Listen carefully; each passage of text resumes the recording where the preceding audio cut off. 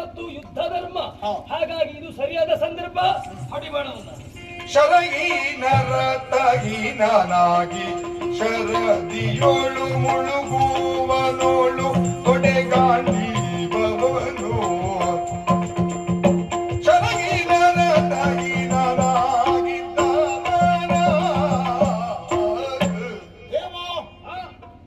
ಸಮಯ ಸಂದರ್ಭವನ್ನ ನೋಡಿ ಕರ್ಣನ ಮೇಲೆ ಬಾಣ ಪ್ರಯೋಗ ಮಾಡು ಎನ್ನುವುದಾಗಿ ರಣಕ್ಷೇತ್ರದಲ್ಲಿ ನಾವು ಒಂದು ಯೋಚಿಸಬೇಕಾದದ್ದು. ಅಲ್ಲ, ರಣಕ್ಷೇತ್ರಕ್ಕೆ ಬರುವಾಗಲೇ ನೀನು ಸೂಚಿಸಿದ್ದಿ ಧರ್ಮದ ಯುದ್ಧವೇ ಆಗಬೇಕು, ಅಧರ್ಮದ ಯುದ್ಧ ಆಗಬಾರದು ಎನ್ನುವುದಾಗಿ ಒಂದು ತೀರ್ಮಾನಕ್ಕೆ ನಾವು ಬಂದವು.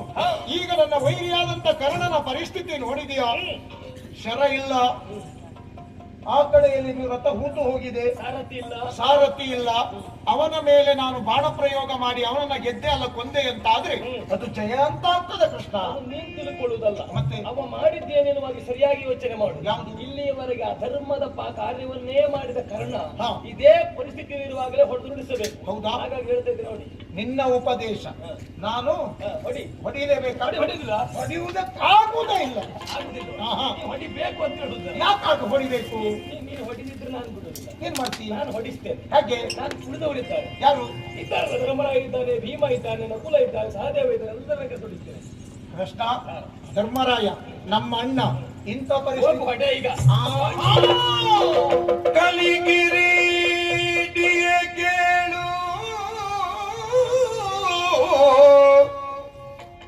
ಕಲಿಗಿರೀಟಿಯ ಕೇಳು, ನೀ ಸೈರಿಸುವುದೊಂದರೆಗಳಿಗೆ,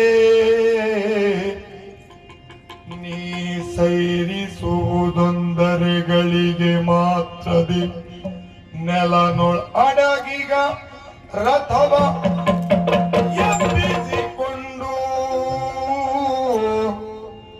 ನಾನೀಗ ಅಳವಿಗೊಡುವೆನು, ಮತ್ತೆ ಅನಕರ ನಿಲ್ಲಿಸು ಗಾಂಡೀವವನು.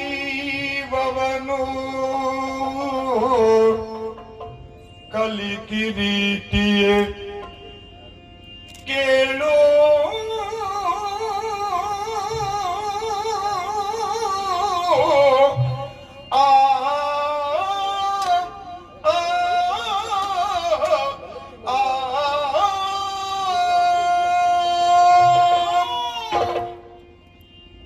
ಕಲಿಕಿರೀಟಿಯೇ ಅರೆ ಗಳಿಗೆ ಸೈರಿಸು ಪಾರ್ಥ.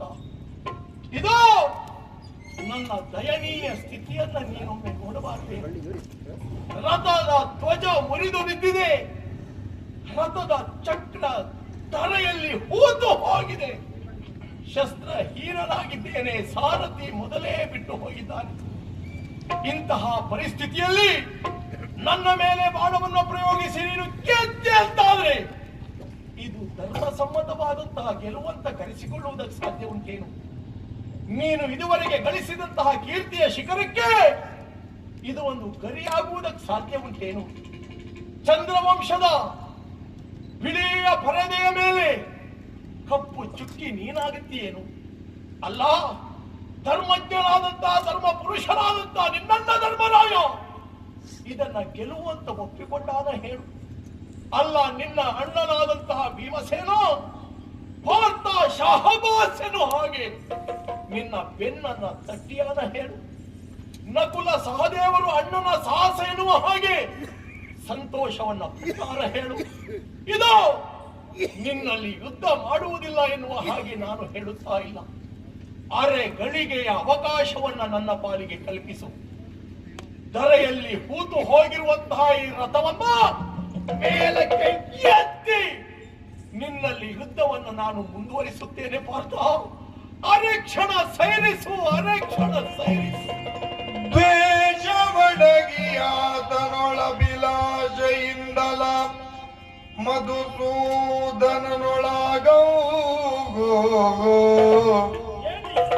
ದ್ವೇಷವಡಗಿ ಆತನೊಳ ಬಿಲಾಶೆಯಿಂದಲ ಮಧುಸೂದನನೊಳಗೋ ಮೋಸದಿ ಗುಲಿಸದ ಕರ್ಣನ ಈ ಸಮಯದೊಳ್ ಆರೆಂಬುದ ಅರುಗೆನಗೆಂದ ಆ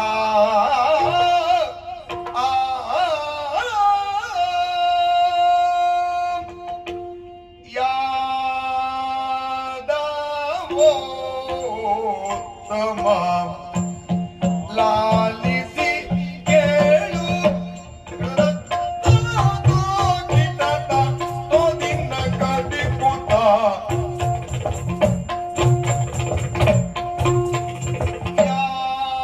ಯಾದವೋ ತಮ ಲಾಲಿಸಿ ಕೇಳು ಈ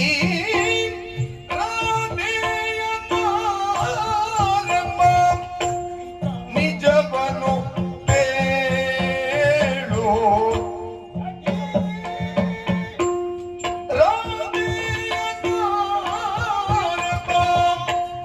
ನಿಜವನು ಹೇಳು ನಿಜವನು ಹೇಳು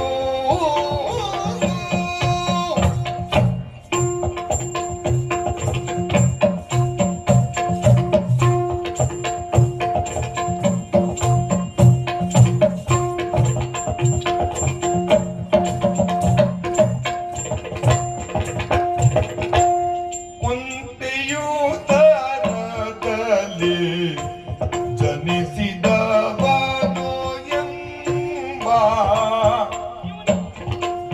ಕುಂತಿಯು ತರದಲ್ಲಿ ಜನಿಸಿದವನು ಎಂಬ ಅಂತರ್ಭಾವದೊಳೀಗ ಸಂಶಯವಾಗಿದೆ ಅಂತರ್ಭಾವದೊಳೀಗ ಸಂಶಯವಾಗಿದೆ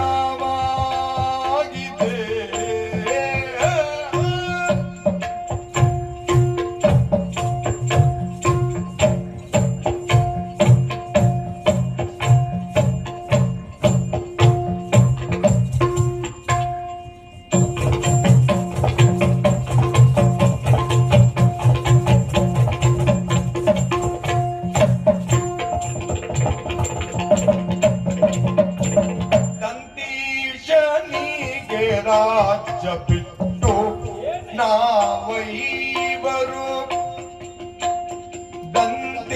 ದಂತೀಶನಿಗೆ ರಾಜ್ಯ ಬಿಟ್ಟು ನಾವೈವರು ಸಂತೋಷದಲ್ಲಿ ವನವ ಚರಿಸುತ್ತಲಿಗೆವು ಸಂತೋಷದಲ್ಲಿ ವನವ ಚರಿಸುತ್ತಲಿಗೆವು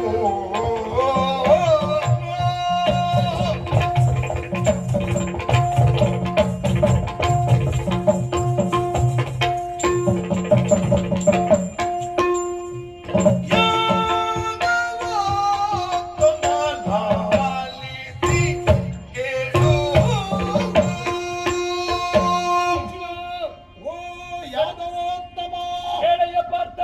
ಯಾದವ ಕುಲದಲ್ಲಿ ಹುಟ್ಟಿ ಆ, ಯಾದವರಿಗೆಲ್ಲ ಉತ್ತಮನಾಗಿ ಬರೆಯುವವ ನೀನು. ಆದ್ದರಿಂದ ನಿನ್ನನ್ನು ಯಾದವೋತ್ತಮ ಅಂತ ಕರೆಯುತ್ತಾ ಇದ್ದೇನೆ. ಆ, ಕೃಷ್ಣ, ಅರ್ಜುನ. ಪಾರ್ಥ, ಆ, ನೀನು ಬಿಡು ಬಾಣ. ಸರಿಯಾದ ಸಮಯ ತಿಳಿದು ವೈರಿಯಾದಂತ ಕರ್ಣನನ್ನ ಕೊಲ್ಲು. ಕತ್ತರಿಸು. ನಿನ್ನ ಆಜ್ಞೆಯನ್ನ ಆ, ಇದುವರೆಗೆ ಚಾಚು ತಪ್ಪದೆ ಹ್ಮ್, ಪಾಲಿಸಿದವ, ಹ್ಮ್, ಮಾಡಿದವ. ಹ್ಮ್. ಆದರೆ ಇವತ್ತ್ಯಾಕೆ ತಡೆದೆ ಕೈಯನ್ನ? ಕಾರಣ ಉಂಟು. ಏನಯ್ಯ? ನನ್ನ ಗಡು ವಿರೋಧಿಯಾದಂತ ಕರ್ಣನ ಪರಿಸ್ಥಿತಿ ಆ, ನಾನು ನೋಡುತ್ತಾ ಇದ್ದೇನೆ. ಹ್ಮ್, ರಥ ಹೂತು ಹೋಗಿದೆ, ಹೌದು. ಸಾರಥಿ ಇಲ್ಲ, ಆ, ಶಸ್ತ್ರಗಳು ಇಲ್ಲ. ಹ್ಮ್. ಈ ಹೊತ್ತಿನಲ್ಲಿ ಆ, ಅವನನ್ನ ಕಂಡಾಗ ಆ, ಅವ ಆಡುತ್ತಿರುವಂತ ಮಾತನ್ನ ಕೇಳಿದ ಕ್ಷಣ ಹ್ಮ್, ನನ್ನ ಹೃದಯ ಕರಗಿ ಹೋಯಿತು. ಕೃಷ್ಣ, ಯಾಕೆ ಗೊತ್ತಾ? ಹೇಳು.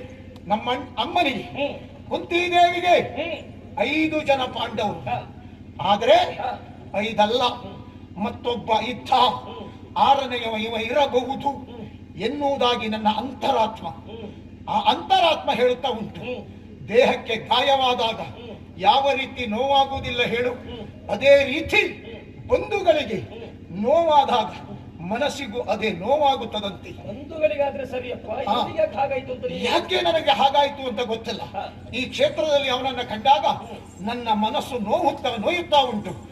ಕಾರಣ ಹಾ. ನಮ್ಮ ಅಮ್ಮನಿಗೆ 6 ಮಂದಿ ಮಕ್ಕಳಲ್ಲಿ ಹಿರಿಯೋ ಇರಬಹುದೇ ಹಾ. ಎನ್ನುವುದಾಗಿ ನಾನು ಯೋಚಿಸುತ್ತಾ ಇದ್ದೇನೆ. ಇಂಥವನ ಮೇಲೆ ನನಗೆ ಬಾಣ ಪ್ರಯೋಗ ಮಾಡಿ ಇವನನ್ನ ಕೊಂದು ನಾವು ಯಾವ ಸುಖವನ್ನ ಕಾಣಬೇಕು ಹೇಳು ಕೃಷ್ಣ. ನಾವು ಯಾವಾಗಲೂ ಕಾಡಿನಲ್ಲಿಯೇ ಬದುಕಿದವರು, ಕಾಡಿನಲ್ಲಿಯೇ ಹುಟ್ಟಿದವರು. ಕಾಡು ಅಂತ ಹೇಳಿದ್ರೆ ನಮಗೊಂದು ರೀತಿ ನಾಡಿದ್ದ ಹಾಗೆ. ಎಲ್ಲ ಈ ಹಸ್ತಿನಾವತಿಯ ಉಂಟಲ್ಲ, ಇದನ್ನೆಲ್ಲ ಕೌರವೇಶ್ವರನಿಗೆ ಬಿಟ್ಟು ನಾವು ಕಾಡಲ್ಲಿಯೇ ಸುಖವಾಗಿ ಇರ್ತೇವೆ.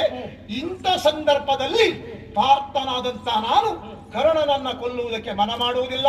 ಯಾಕೆ ಈ ರೀತಿ ಆಯ್ತು ದೇವ ಹೇಳ್ತೀಯ? ಗೀತೋಪದೇಶ ಕಲ್ತದ್ದು ದಂಡಕ್ಕಾಯ್ತಂತ ನೀನು.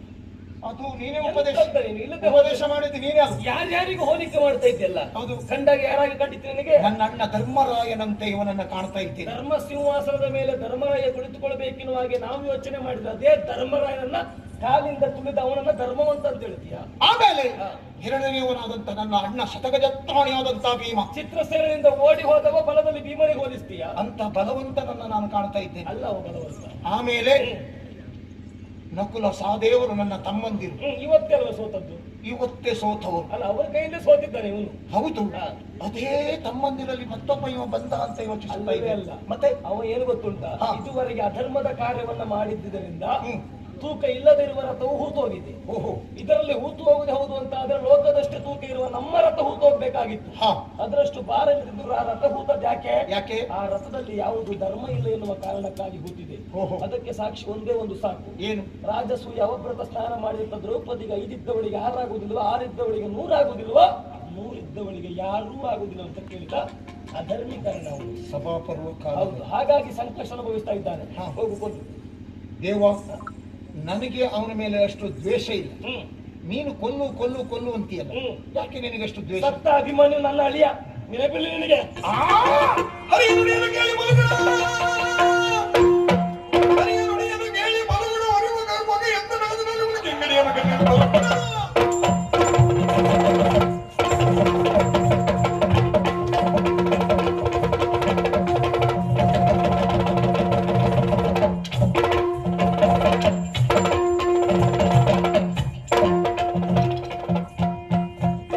ಶಿವ ಶಿವ ಸಮರದೋಳು,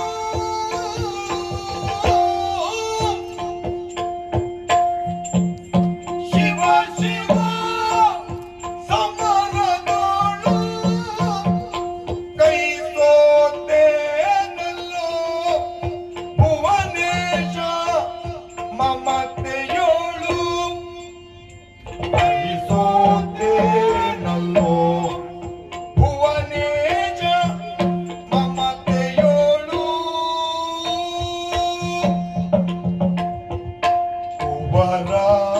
ಕುವರಾರಂಗದಿ ಎನ್ನನು, ಕುವರರಂಗದಿ ಎನ್ನನು, ಆಪತ್ತಿಗಾಗುವನೆಂದು ಸಲಹಿದನು, ಆಪತ್ತಿಗಾಗುವನೆಂದು ಸಲಹಿದನು.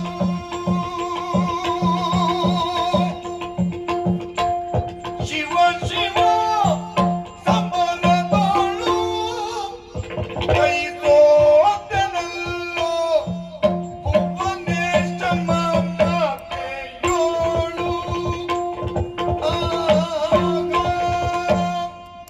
ಪಾರ್ಥನ ಮೇಲೆ ಎಷ್ಟೇ ಕ್ರೂರ ಮೂಲ ಪ್ರಯೋಗಿಸಿದ್ರು ಕೂಡ ಈ ಹೊತ್ತಿನಲ್ಲಿ ಯಾವ ಪ್ರಯೋಜನವಾಗುತ್ತಾ ಇಲ್ವಲ್ಲ.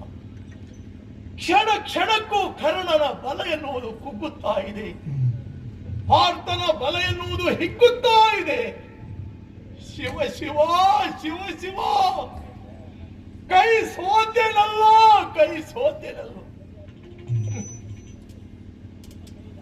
ಯಾಕೆ ಹೀಗೆ ಅಂತ ಅರೆಕ್ಷಣ ಯೋಚನೆ ಮಾಡಿದ್ರೆ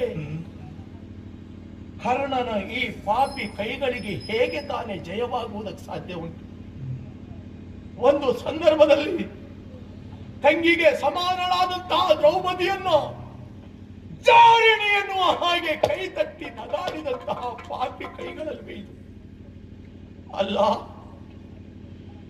ಯೂತದಲ್ಲಿ ಸೋತು ಪಾಂಡವರೈವರು ದ್ರೌಪದಿಯ ಹಿಂದೆ ಹೋಗುತ್ತಾ ಇರುವಾಗ ಒಂದು ದನದ ಹಿಂದೆ 5 ಗೂಳಿಗಳು ಸಾಗುತ್ತಾ ಇವೆ ಎನ್ನುವ ಹಾಗೆ ಕೈ ಚಪ್ಪಾಳೆ ಹಾಕಿದಂತಹ ಪಾಪಿ ಕೈಗಳಲ್ವೇ ಇದು. ರಣಕ್ಷೇತ್ರದಲ್ಲಿ ಕಾಡಾಕಾಡಿಯಾಗಿ ಹೋರಾಡುತ್ತಾ ಇದ್ದಂತಹ ಮಗುವಾದಂತಹ ಅಭಿಮನ್ಯುವಿನ ಚಾಪವನ್ನು ಕತ್ತರಿಸಿದ ಪಾಪಿ ಕೈಗಳಲ್ವೇ ಇದು. ಈ ಕೈಗಳಿಗೆ ಹೇಗೆ ತಾನೇ ಜಯವಾಗುವುದಕ್ಕೆ ಸಾಧ್ಯ ಉಂಟು? ಹೇಗೆ ತಾನೇ ಜಯವಾಗುವುದಕ್ಕೆ ಸಾಧ್ಯ ಉಂಟು? ಈ ಕ್ಷಣಕ್ಕೂ ನನ್ನ ಸೋಲಿನ ಕುರಿತಾಗಿ, ನನ್ನ ಸಾವಿನ ಕುರಿತಾಗಿ ನಾನು ಯೋಚಿಸುತ್ತಾ ಇಲ್ಲ. ನನ್ನೊಡೆಯನ ಮುಂದಿನ ದುರಂತ ಬದುಕಿನನ್ನ ಎಣಿಸಿದವಾಗ ಬಹಳ ನೋವಾಗುತ್ತಾ ಇದೆ ಶಿವನೇ, ಬಹಳ ನೋವಾಗುತ್ತಾ ಇದೆ. ಆ ನನ್ನೊಡೆಯನಿಗೆ ನನ್ನ ಮೇಲೆ ಅದೆಷ್ಟು ವಿಶ್ವಾಸ, ನನ್ನ ಮೇಲೆ ಅದೆಂತಹ ಪ್ರೀತಿ. ನನ್ನ ಮಗನನ್ನ ಕಳೆದುಕೊಂಡಾಗ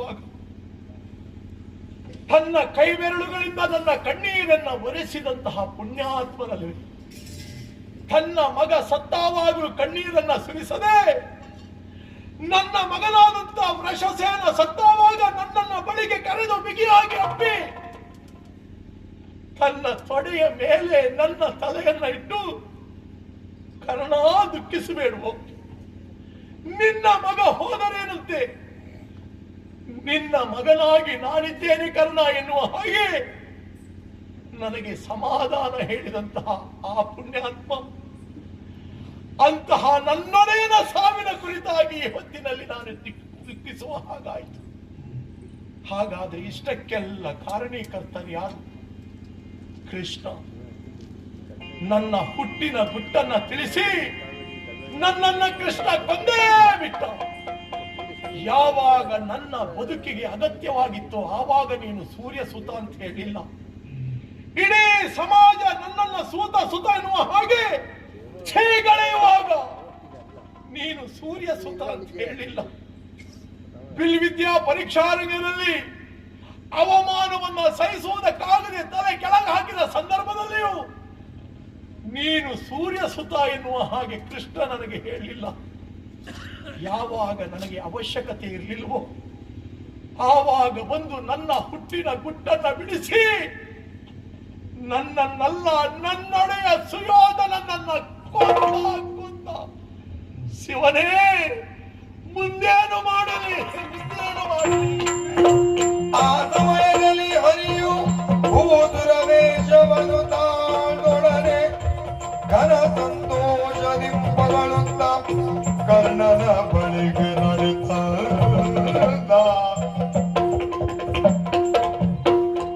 ಏನು ಕೀರ್ತಿಯೋ ನೀನು ಜಗದಲ್ಲಿ ಮಾಸಲಳಿಯದ ತ್ಯಾಗಿ. ಏನು ಕೀರ್ತಿಯೋ ನೀನು ಜಗದಲ್ಲಿ ಮಾಸಲಳಿಯದ ತ್ಯಾಗಿ ಎಂಬುದನ್ನು ಸರಿಸಿ ನಾ ಬಂದೆ. ಈವುದು ಎನ್ನ ಮನದಿರಬ ಆ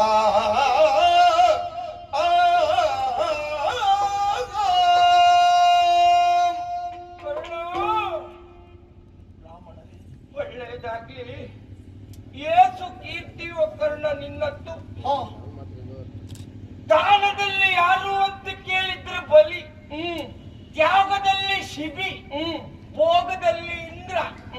ಅದಲ್ಲ, ದಾನ ಮತ್ತು ತ್ಯಾಗಕ್ಕೆ ಯಾರು ಅಂತ ಕೇಳಿದ್ರೆ ನಾನು ಹೇಳ್ತೇನೆ ಕರ್ಣ, ಅದು ನೀನು. ಇಂತಹ ದಾನಶೂರನಾದ ನಿನ್ನಿಂದ ಏನಾದರೂ ದಾನವನ್ನು ಪಡೆಯಬೇಕೆನ್ನುವ ಉದ್ದೇಶದಿಂದ ಯಾಚಕ ಬ್ರಾಹ್ಮಣನಾಗಿ ರಣದಾರುನಿಗೆ ನಿನ್ನನ್ನು ಹುಡುಕಿಕೊಂಡು ಬಂದಿದ್ದೇನೆ. ನನ್ನ ಮನದ ಅಭಿಷ್ಟೆಯನ್ನ ಈಡೇರಿಸ್ತೀಯ ಕರ್ಣ? ನನಗೇನಾದ್ರೂ ನೀಡ್ತೀಯೇನಪ್ಪ? ಕೂಸುರ ಕೇಳು ಸಿಂಹಾಸನ ತರುವಾಗ ಬಂದು ಕೇಳಿದ ಜನರಿಗೆ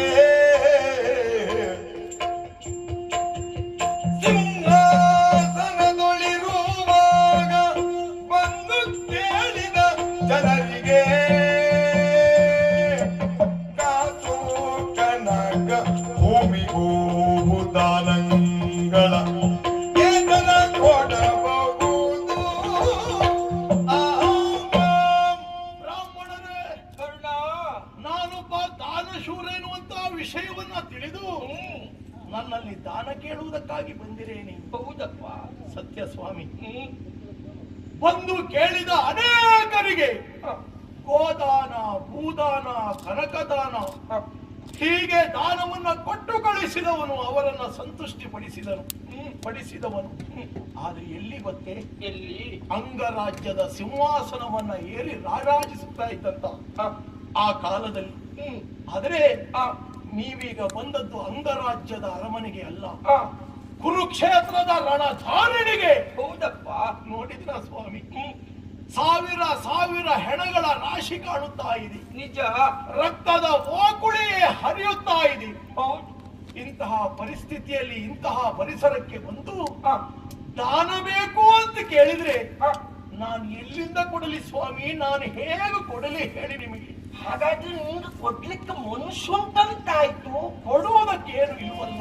ಕೊಡುವುದಾದರೆ ಕರ್ಣಾಲವೇ ನಾಡನ್ನು ಕೊಡುದಾರೆ ನೀನು, ಕೊಡುದಾರೆ ನೀನು. ನಿನಗೆ ಕೊಡ್ಲಿಕ್ಕೆ ಮನುಷ್ಯ ಉಂಟು ಅಂತಾದ್ರೆ ದಾರಿ ನಾ ತೋರಿಸ್ತೇನೆ. ದಾರಿ ಉಂಟೆ? ಹೌದಪ್ಪ. ನಿನ್ನ ಉಸಿರು ಇರುವ ತನಕವೂ ಕೊಡ್ಲಿಕ್ಕೆ ನಿನ್ನ ಹತ್ರ ಉಂಟು. ಎಲ್ಲುಂಟು ಬ್ರಾಹ್ಮಣ್ರೆ? ನಿನ್ನಲ್ಲಿರುವಂತ ಕರ್ಣ ಕುಂಡಲ ಕೊಡುವುದಾದ್ರೂ ಒಂದಲ್ಲ, ಆ ಎರಡೂ ಕರ್ಣ ಕುಂಡಲವನ್ನ ನನಗೆ ಧಾರೆ ಎಷ್ಟು ಕೊಡಬೇಕು. ಬ್ರಾಹ್ಮಣ್ರೆ, ನುಡಿದ ಮಾತಿಗೆ ನೀರ ನರಸಲು ಕರ್ಣನ ನುಡಿದನು ಮೂರಾಗರನು. ಕರ್ಣ ಕುಂಡಲವನ್ನ ಕೊಡು ಎನ್ನುವ ಹಾಗೆ ಹೇಳಿದ್ರಲ್ಲ, ಅದು ನನ್ನ ದೇಹದ ಅವಿಭಾಜ್ಯ ಅಂಗ ಅಂತ ಭಾವಿಸಿದ್ದಿ. ಅದನ್ನ ಈ ಸಂದರ್ಭದಲ್ಲಿ ಕೊಡುವುದಕ್ಕಾಗದಂತ ನೀವು ಹೇಳಿದ ಮೇಲೆ ನನಗೆ ಗೊತ್ತಾಯಿತು. ಸರಿ ಸ್ವಾಮಿ, ಕೊಡುವ ವಿಷಯದಲ್ಲಿ ಕೃಪಣನಾಗಿ ನಾನು ಹಾಗೆ ಹೇಳ್ತೀನಂತ ಭಾವಿಸಬೇಡಿ.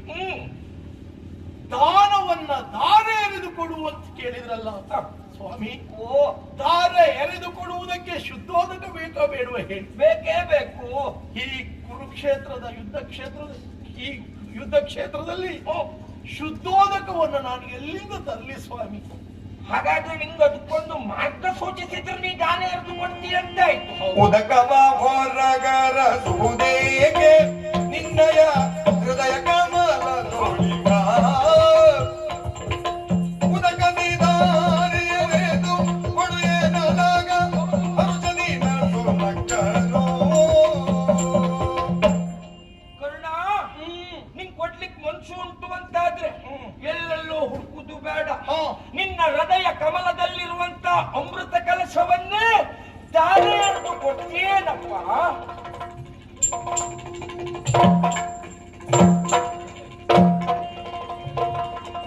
ನನ್ನ ಹೃದಯದಲ್ಲಿ ಅಮೃತ ಕಲಶ ಉಂಟು ಎನ್ನುವಂತಹ ವಿಷಯ ಕೇವಲ ಬೆರಳೆಣಿಕೆಯ ಮಂದಿಗೆ ಮಾತ್ರ ಗೊತ್ತುಂಟು.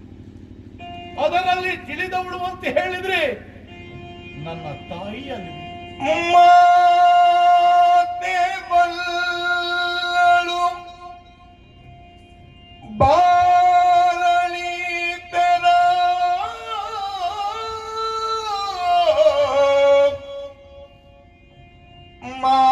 ಮಾತೆ ಬಲ್ಲಳು ಬಾರಳಿ ತೆರ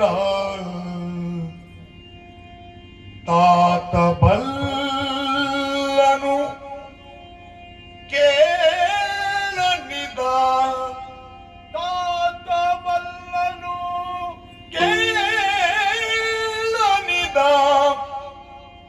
ಶ್ರೀನಾಥ ಬಲ್ಲನು ಶ್ರೀನಾಥ ಬಲ್ಲನು ಬಂದ ನೀತನೆನ್ನುತ್ತ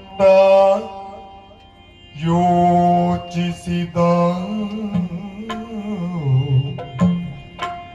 ಶ್ರೀನಾಥ ಬಲ್ಲನು ಬಂದ ನೀತನೆನ್ನುತ್ತ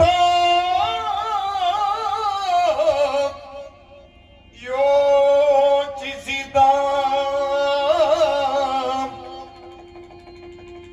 ಮಾತೆ ಬಲ್ಲಳು ಬಾರಳಿ ತೆರ ಆ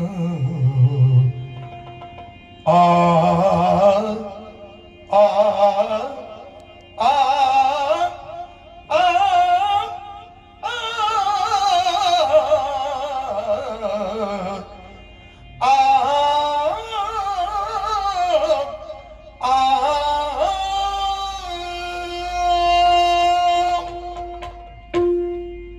ಹಾಗಾದ್ರೆ ಈ ಹೊತ್ತಿನಲ್ಲಿ ನಮ್ಮ ಸಾವನ್ನ ಬಯಸಿ ಬಂದವರು ಯಾರಿರಬಹುದು? ನನ್ನ ಹೆತ್ತವೇ ಆದಂತಹ ಕುಂತಿ ಮಾತೆಯೇ. ಈ ಪ್ರಪಂಚದಲ್ಲಿ ಕೆಟ್ಟ ಮಕ್ಕಳಾದ್ರೂ ಇರ್ತಾರೆ, ಆದ್ರೆ ಕೆಟ್ಟ ತಾಯಿ ಇರುವುದಕ್ಕೆ ಸಾಧ್ಯವೇ ಇಲ್ವಲ್ಲ. ಬುದ್ಧಿಜೀವಿಗಳು ಪ್ರಶ್ನೆ ಮಾಡಬಹುದು, ನಿನ್ನ ತಾಯಿ ಕೆಟ್ಟವಳು ಅಲ್ಲ ಅಂತಾದ್ರೆ ಯಾಕೆ ನಿನ್ನನ್ನ ಹೆತ್ತು ನದಿಗೆ ಬಿಸಾಗುತ್ತಾ ಇದ್ದಳು ಎನ್ನುವ ಹಾಗೆ. ನನ್ನಮ್ಮನ ತಪ್ಪು ಅಂತ ನಾನು ಆಕ್ಷೇಪ ಮಾಡುವುದಿಲ್ಲ. ಯಾಕೆಂದ್ರೆ ನಾನೊಬ್ಬ ಖಾನೇನ ಪುತ್ರ ಅಲ್ವೇ. ಕನ್ಯೆ ಇರುವಾಗಲೇ ತಾಯಿ ನನ್ನನ್ನ ಹಡೆದದ್ದು.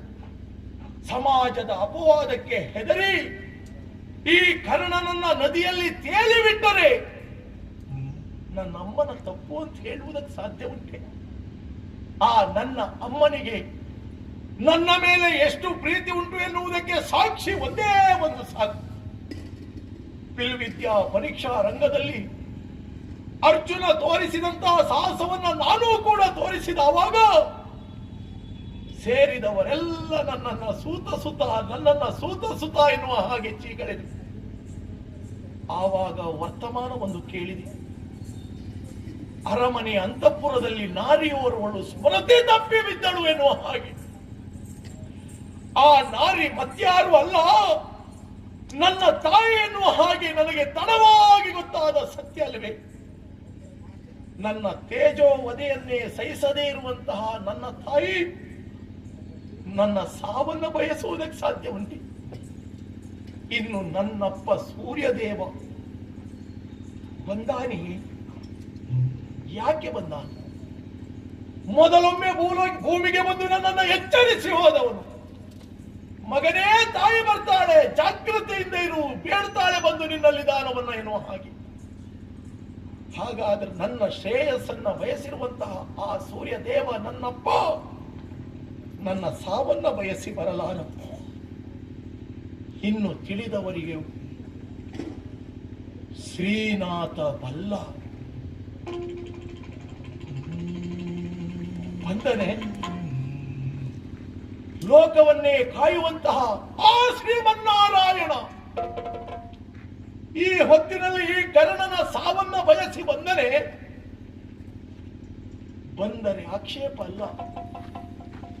ಸದಾ ಕಾಲಕ್ಕೂ ಪಾಂಡವರ ಬದುಕಿನ ರೂವಾರಿಯಾಗಿ ಪಾಂಡವರ ಬದುಕನ್ನೇ ನಡೆಸುತ್ತಾ ಇದ್ದಂತಹ ಆ ಕೃಷ್ಣ ಅರ್ಜುನನ ಗೆಲುವಿಗಾಗಿ ನನ್ನ ಸಾವನ್ನ ಬಯಸಿ ಬಂದ್ರೆ ಆಕ್ಷೇಪ ಅಲ್ವೇ ಅಲ್ಲ. ಆದರೆ ಈ ಹೊತ್ತಿನಲ್ಲಿ ಬ್ರಾಹ್ಮಣ ವೇಷವನ್ನ ಧರಿಸಿ ಯಾಕೆ ಬಂದ? ಓಹೋ, ನನಗೆಲ್ಲವೂ ಈ ಹೊತ್ತಿನಲ್ಲಿ ಅರ್ಥವಾಗುತ್ತಾ ಉಂಟು. ನಾನು ಮಾಡಿದ ತಪ್ಪು ಏನು ಎನ್ನುವ ಹಾಗೆ ನನ್ನನ್ನು ಎಚ್ಚರಿಸುವುದಕ್ಕಾಗಿ ಈ ಹೊತ್ತಿನಲ್ಲಿ ಬ್ರಾಹ್ಮಣ ವೇಷವನ್ನ ಧರಿಸಿ ಈ ಕಡೆಗೆ ಬಂದಿದ್ದಾನೆ. ಹೌದು, ನಾನು ದಾನಶೂರ ಕರ್ಣ. ಹೌದು, ಬಂದಂತ ಬ್ರಾಹ್ಮಣರಿಗೆ ಕೇಳಿದನ್ನ ಕೇಳಿದ ಹಾಗೆ ಕೊಟ್ಟು ಕಳುಹಿಸಿದ್ದು ಹೌದು.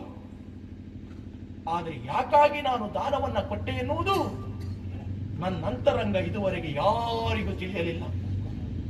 ಕಾರಣ ಬ್ರಾಹ್ಮಣರ ಮೇಲೆ ನನಗೆ ಉಂಟಾದಂತಹ ದ್ವೇಷ. ವಿದ್ಯೆಯನ್ನ ಕಲಿಯುವುದಕ್ಕಾಗಿ ದ್ರೋಣಾಚಾರ್ಯರ ಬಳಿಗೆ ನಾನು ಹೋದರೆ ನೀನು ಅಪಾತ್ರನಾದವನು, ವಿದ್ಯೆ ಕಲಿಯುವ ಅರ್ಹತೆ ನಿನಗಿಲ್ಲ ಎನ್ನುವ ಹಾಗೆ ಹೇಳಿದರು. ಆವಾಗಲೇ ಬ್ರಾಹ್ಮಣರ ಕುರಿತಾಗಿ ದ್ವೇಷ ಪ್ರಾರಂಭವಾಯಿತು. ಪರಶುರಾಮಾಚಾರ್ಯರ ಬಳಿಗೆ ಬ್ರಾಹ್ಮಣ ವೇಷವನ್ನು ಧರಿಸಿ ನಾನು ಹೋದೆ. ಬೇಕಾದಷ್ಟು ವಿದ್ಯೆಯನ್ನು ಕಲಿತೆ. ಆಮೇಲೆ ವಜ್ರದುಂಬಿಯ ಪ್ರಕರಣದಿಂದಲಾಗಿ ಸತ್ಯ ತಿಳಿದು ನನ್ನನ್ನ ಶಪಿಸಿದರು. ಸಕಾಲದಲ್ಲಿ ನಿನ್ನೆ ವಿದ್ಯೆಯೆಲ್ಲ ಮರೆತು ಹೋಗಲಿ ಎನ್ನುವ ಹಾಗೆ. ಬ್ರಾಹ್ಮಣರ ಮೇಲಿರುವ ದ್ವೇಷ ಕ್ಷಣಕ್ಕೆ ಇಮ್ಮಡಿ ಹೊಂದಿತು. ಆ ದ್ವೇಷದಿಂದಲೇ ಅಲ್ಲಿಂದ ಹೊರಟಂತಹ ನಾನು ಕೈಯಲ್ಲಿರುವಂತಹ ಖಡ್ಗವನ್ನ ತಿರುಗಿಸುತ್ತಾ ಬರುವ ಹೊತ್ತು ಗ್ರಹಚಾರಕ್ಕೆ ಕೈಯಲ್ಲಿರುವ ಖಡ್ಗ ಜಾರಿತು. ಬಳಿಯಲ್ಲೇ ಇರುವಂತಹ ಆಶ್ರಮದಲ್ಲಿ ಹೋಮ ಮಾಡುತ್ತಾ ಇದ್ರು ಋಷಿಮುನಿಗಳು. ಅಲ್ಲೇ ಇರುವಂತಹ ಹೋಮ ಧೇನುವಿಗೆ ನನ್ನ ಕತ್ತಿ ತಾಗಿ ಆ ಹೋಮ ಧೇನು ಅಲ್ಲಿ ಹಸುನಿಗೆ ಹೋಯಿತು. ಶಪಿಸಿದ್ರಲ್ಲ ಅಲ್ಲಿರುವಂತಹ ಋಷಿಕುಮಾರಕರು ಬ್ರಾಹ್ಮಣರು, ನಿನ್ನ ರಥದ ಚಕ್ರ ಧರೆಯಲ್ಲಿ ಹೂತು ಹೋಗಲಿ ಎನ್ನುವ ಹಾಗೆ ಬ್ರಾಹ್ಮಣರ ಮೇಲಿರುವಂತಹ ದ್ವೇಷ ದ್ವೇಷ ದ್ವೇಷ ಕಾಮಾಗ್ನಿಯಾಗಿ ಉರಿಯುತ್ತಾ ಹೋಯಿತು, ಹೆಚ್ಚುತ್ತಾ ಹೋಯಿತು. ನನ್ನನ್ನು ಅವಮಾನಿಸಿದ, ನನ್ನನ್ನು ಶಪಿಸಿದಂತಹ ಬ್ರಾಹ್ಮಣರು ನನ್ನ ಮುಂದೆ ಬಂದು ನಿಲ್ಲಬೇಕು, ನನ್ನ ಮುಂದೆ ಕೈ ಚಾಚಬೇಕು. ಕೊಡುವ ಕೈ ನನ್ನದು ಮೇಲಾಗಬೇಕು, ಬೇಡುವ ಕೈ ಅವರದ್ದು ಕೆಳಗಾಗಬೇಕು ಅಂತ ಭಾವಿಸಿದೆ. ಒಡೆಯನಾಗಿರುವಂತಹ ಕೌರವನ ಕೃಪಾ ಕಟಾಕ್ಷದಿಂದ ಅಂಗರಾಜ್ಯದ ಅಧಿಕಾರವು ನನಗೆ ಸಿಕ್ಕಿತು. ಸಿಕ್ಕಿದವಾಗ ಘೋಷಣೆ ಮಾಡಿದೆ, ಬಂದಿರುವಂತಹ ಬ್ರಾಹ್ಮಣರಿಗೆ ಕೇಳಿದ್ದನ್ನ ಕೊಡ್ತೇನೆ ದಾನ ಎನ್ನುವ ಹಾಗೆ. ಬ್ರಾಹ್ಮಣರ ಮೇಲಿರುವಂತಹ ಅನುಕಂಪದಿಂದ ನಾನು ಹಾಗೆ ಮಾಡಿದ್ದಲ್ಲ, ಬ್ರಾಹ್ಮಣರ ಮೇಲಿರುವಂತಹ ದ್ವೇಷವನ್ನು ಸಾಧಿಸುವುದಕ್ಕಾಗಿ ಬ್ರಾಹ್ಮಣರೆಲ್ಲವರು ನನ್ನ ಮುಂದೆ ಒಂದು ಕೈ ಚಾಚಬೇಕು ಎನ್ನುವ ಉದ್ದೇಶಕ್ಕಾಗಿ ನಾನು ಹಾಗೆ ಮಾಡಿದೆ. ನಾನು ಮಾಡಿದ್ದು ತಪ್ಪು ಎಂದು ಎಚ್ಚರಿಸುವುದಕ್ಕಾಗಿ ಈಗ ಶ್ರೀನಾಥನೇ ಬ್ರಾಹ್ಮಣ ರೂಪದಿಂದ ಇಲ್ಲಿವರೆಗಾಗಿ ಬಂದು ನನ್ನಲ್ಲಿ ಯಾಚಿಸುತ್ತಾ ಇದ್ದಾನೆ. ಸಂತೋಷ ಆಯಿತು, ಸಮಾಧಾನವಾಯಿತು. ಇಡೀ ಲೋಕವೇ ನನ್ನನ್ನು ಸೂತ ಎನ್ನುವ ಹಾಗೆ ಕರೆದ್ರು. ನನ್ನ ಪ್ರಾಣವನ್ನ ಬಯಸಿ ಬಂದವ ಲೋಕೋದ್ಧಾರಕನಾಗಿರುವಂತಹ ಶ್ರೀನಾಥ ಶ್ರೀಮನ್ನಾರಾಯಣ. ಕೊಟ್ಟ ದೇವ ಕೇಳುವುದಕ್ಕೆ ಬಂದರೆ ಕೊಡುವುದಕ್ಕೆ ನನಗೇನು ತೊಂದರೆ? ಸ್ವಾಮಿ, ನೀವು ಕೇಳಿದಂತೆ ನನ್ನ ಕರ್ಣ ಕುಂಡರವನ್ನ ದಾರೆ ಎರೆದು ಕೊಡುತ್ತಾ ಇದ್ದೇನೆ.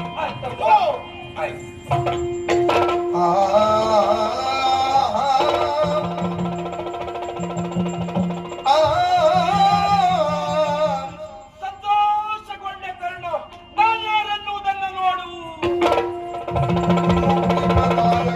ನಿಜ ಮೂರ್ತಿ ದರ್ಶನವಿದ್ದಾನೆ ಕಲಿ ಕರ್ಣವು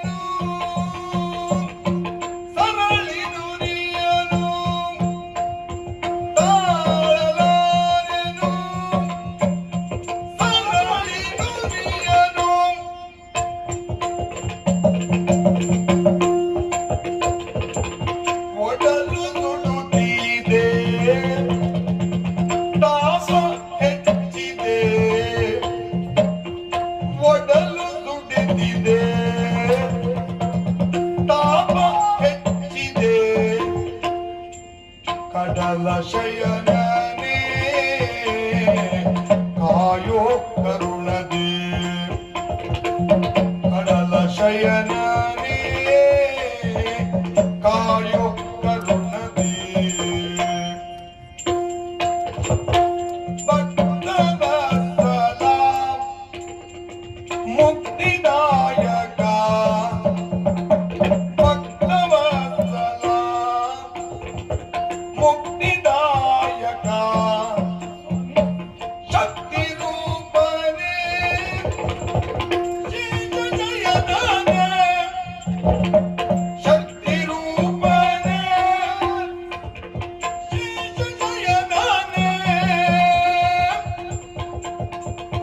ಕೇಳು ಮುರಳಿ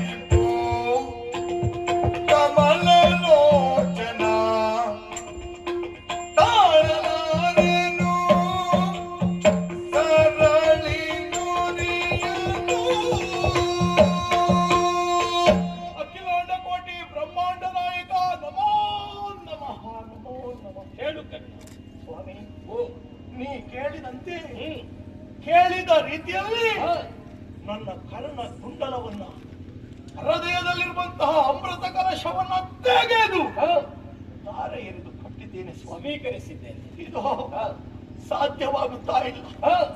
ಸರಳಿ ನುರೆಯನ್ನ ಸಹಿಸಿಕೊಳ್ಳುವುದಕ್ಕೆ ನನ್ನಿಂದ ಸಾಧ್ಯವಾಗುತ್ತಾ ಇಲ್ಲ. ಕಣ್ಣಿನ ದೃಷ್ಟಿ ಮಂಜಾಗುತ್ತಾ ಇದೆ, ಕೈಕಾಲು ನಡುಗುತ್ತಾ ಇದೆ, ಹೃದಯ ಕಂಪಿಸುತ್ತಾ ಇದೆ, ಗಂಟಲ ಪಸೆ ಆಡುತ್ತಾ ಇದೆ. ಈವಾಗಲೂ ಇನ್ನೊಂದು ಕ್ಷಣದಲ್ಲಿಯೂ ಈ ಮಣ್ಣಿನ ಋಣವನ್ನು ತೀರಿಸಿಕೊಂಡು ನಾನು ಹೋಗುತ್ತಾ ಇದ್ದೇನೆ.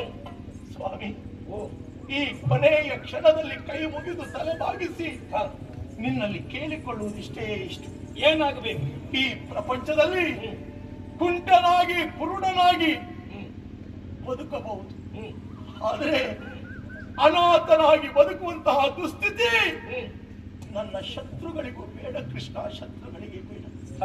ನಾನು ನನ್ನ ಬದುಕಿನಲ್ಲಿ ಇದುವರೆಗೆ ಅನುಭವಿಸಿದ್ದೇ ಸಾಕು. ಇದು ನಿನ್ನಲ್ಲಿ ಕೇಳಿಕೊಳ್ಳುವುದಿಷ್ಟು. ನಾನು ಸತ್ತ ಮೇಲೆ ನನಗಿರುವ ಒಬ್ಬನೇ ಒಬ್ಬ ಮಗ ವೃಷಕೇತು ಅನಾಥನಾಗಿ ಹೋಗುತ್ತಾನೆ ಕೃಷ್ಣ. ಇದು ಸರ್ವರನ್ನ ಪೊರೆಯುವಂತಹ ನಾಥನಲ್ವೇ ನೀನು? ಭಕ್ತರನ್ನ ಪೊರೆಯುವ ದೇವನಲ್ವೇ ನೀನು? ನಿನ್ನಲ್ಲಿ ಕೊನೆಯ ಕ್ಷಣದಲ್ಲಿ ಕೇಳಿಕೊಳ್ಳುವುದಿಷ್ಟೇ, ಆ ಮಗನಾದಂತಹ ವೃಷಕೇತುವನ್ನ ಉದ್ಧರಿಸಬೇಕು, ಅವನನ್ನ ಕೈ ಹಿಡಿದು ನಡೆಸಬೇಕು ಎನ್ನುವ ಹಾಗೆ ನೀನಿಷ್ಟು ಉಪಕಾರವನ್ನ ಮಾಡಿದಿ ಅಂತಾದ್ರೆ ಬದುಕಿನುದ್ದಕ್ಕೂ ನಾನು ಸುಖವನ್ನ ಕಂಡವನಲ್ಲ ಕೃಷ್ಣ. ನನ್ನ ಮಾತನ್ನ ನೀನು ನಡೆಸಿಕೊಟ್ರೆ ಸಾಯುವಂತಹ ಈ ಕೊನೆಯ ಕ್ಷಣದಲ್ಲಿ ಸಂತೋಷದಲ್ಲಿ ಪ್ರಾಣ ಬಿಡ್ತೇನೆ ಕೃಷ್ಣ, ಸಂತೋಷದಲ್ಲಿ ಪ್ರಾಣ ಬಿಡ್ತೇನೆ. ಅನಾಥರಿಗೆ ನಾಥನಿ ಕೃಷ್ಣ, ದುಃಖಿಸಬೇಕಾದ ಅಗತ್ಯ ಇಲ್ಲ. ಸಾವು ಸಮೀಪಿಸುವ ಕಾಲ. ಅರ್ಜುನ, ನೀನು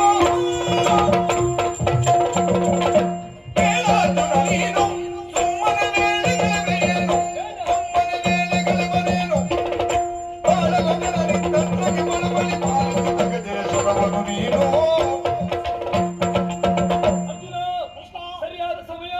ಅಂಜನ ದೇವಿ ಕೊಟ್ಟಂತ ಅಂಜನಾಸ್ತ್ರವನ್ನ